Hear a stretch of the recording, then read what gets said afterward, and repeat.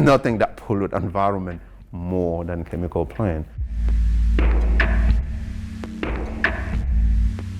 Scientists are trying to find a new way to make those chemical plants less pollutant. Not just saying, hey, we're going to cut emission. Also finding a way that a company one day can say, hey, my CO2, I can turn it into something else and start selling it. Then you see, now we know what to do with our CO2. Nobody will want to release the CO2 in the atmosphere because they actually turn it into something useful. The problem now is that you don't have a technology to do that.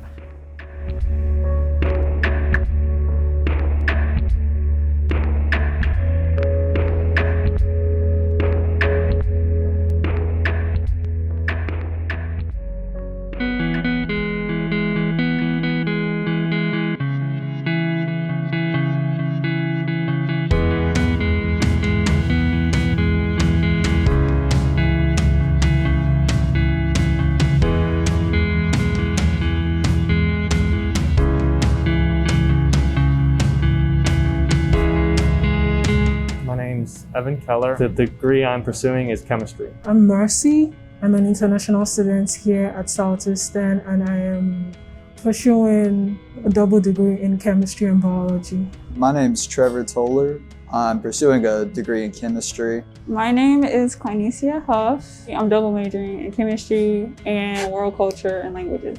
My name is Adam Young. Currently, I am pursuing a degree in biochemistry. You can turn CO2 into methanol. Methanol, you can use it, that's a liquid fuel. You can turn it into polymer, you can turn it into urea. Rather than releasing them in the atmosphere, we can be using them. Converting CO2 is really hard. So you're going to set up a ton of reaction that's not going to work until you find the sweet spot where you can have that conversion.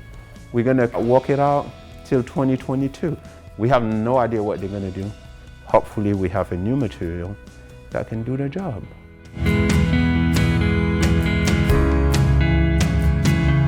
Being involved in this program would definitely help open doors because I'll be getting experience. When you get into this research, you're able to apply it to, say, more real-world application. Not everyone gets this chance to actually work in their field before actually graduating. So this is something that A, I get experience in, B, it's something I can tell future employers, hey, I did this. We're trying out different possibilities, different conditions. We don't know what we're going to get. If it doesn't seem like it's working, you're learning something from it. Not only is it helping me set my path for the future, it's just making me a better chemist. We're the people that others are going to have questions for.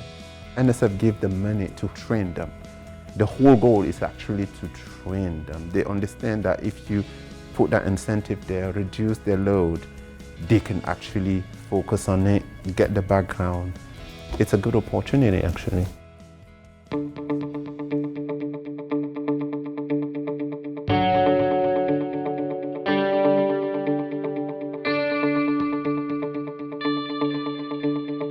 With Dr. Fotie, I am finding ways to make the reaction itself going faster. What makes it faster, what makes it slower. I'm working with the platinum catalyst. My catalyst is cobalt. I'm working with platinum. I'm working with palladium. I start with my notebook and calculations. That just helps a whole lot when I get over there to actually start measuring out each compound. And I get a brown bottom flask, you measure out whatever you need. And then we're testing it with room temp and then also with heat. Then I'll bring them over to the hood, make sure they're airtight. I'll fill up a balloon with some CO2. So the reaction is in a closed system with CO2 going in and dissolving in the solvent. And tomorrow I'm going to stop it and check the gas chromatogram mass spectrometer to see if I have a product. A lot of the times we're mostly seeing starting material, so we can say that a reaction didn't happen, but we are waiting for that moment where we do get a product. There is no answer. Like, this is genuine research, exploring the chemicals and how they work. And it'd be really cool if we actually discover something. Doing those little things is going to be applied on a large scale. It's going to mean so much for cancer patients. And hopefully we can develop ways to make our environment more green and sustainable for the future. We want to be the people who have the catalyst that made attaching CO2 to a molecule the most efficient.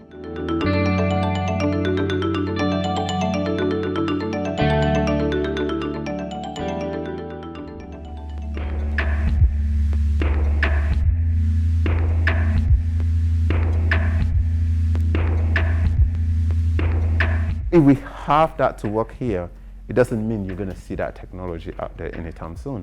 And the material we pick is the one we can use to coat a pipe. But you have to design that kind of pipe. That pipe, what dimension would that be? What pressure can go through it? At what pressure is going to be still there? For that to be applicable, you're thinking about maybe 10 years down the road. It takes a lot of time for this kind of thing to actually make it to something useful. But you won't know until thousands of people come up with thousands of different materials and try them for the same purpose.